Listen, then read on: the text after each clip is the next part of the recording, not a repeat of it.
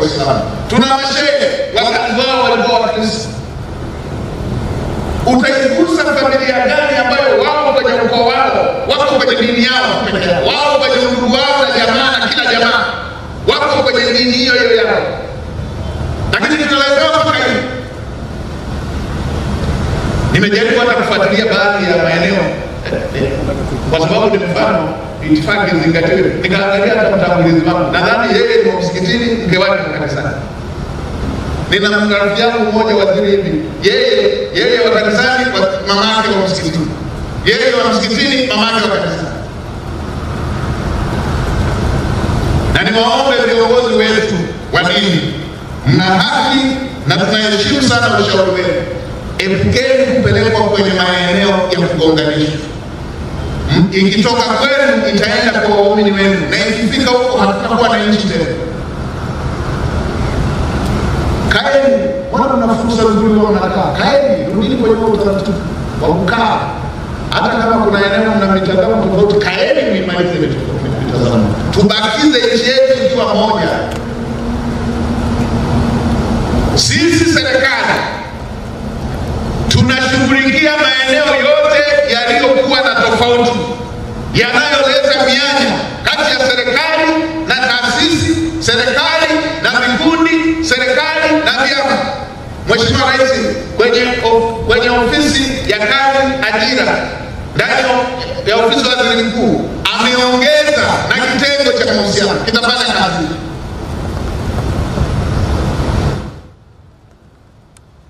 Hii inaonesha ni namna gani Mheshimiwa Rais yuko concerned, anajali kuhakikisha Tanzania inabaki moja, anaweka umuhimu kuendeleza umoja wa Watanzania. Limetokea tukio kubwa, ametoa msamaha kwa vijana ambao walishiriki bila kuwa wanajua kitu gani kinachoendelea.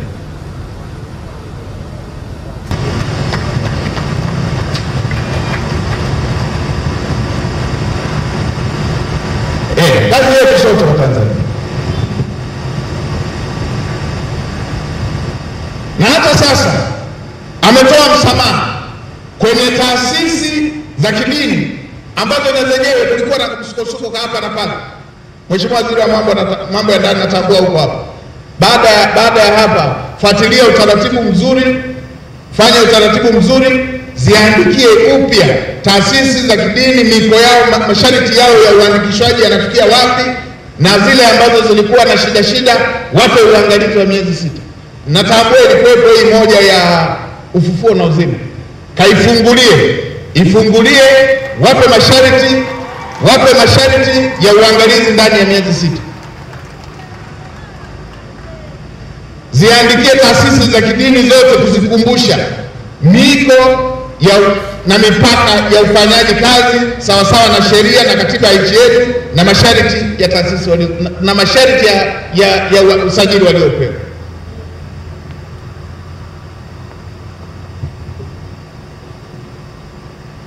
Na nendeni mkayaangalie upya masharti. Akikosea mmoja, utaratibu wa kufunga kote una madhara kwa wananchi wetu, kwa sababu ibada ni ushirika kati ya binadamu na Mungu, sio na askofu wake wala shehe wake. Ni ibada, ni mahusiano kati ya mwanadamu na Mungu wake.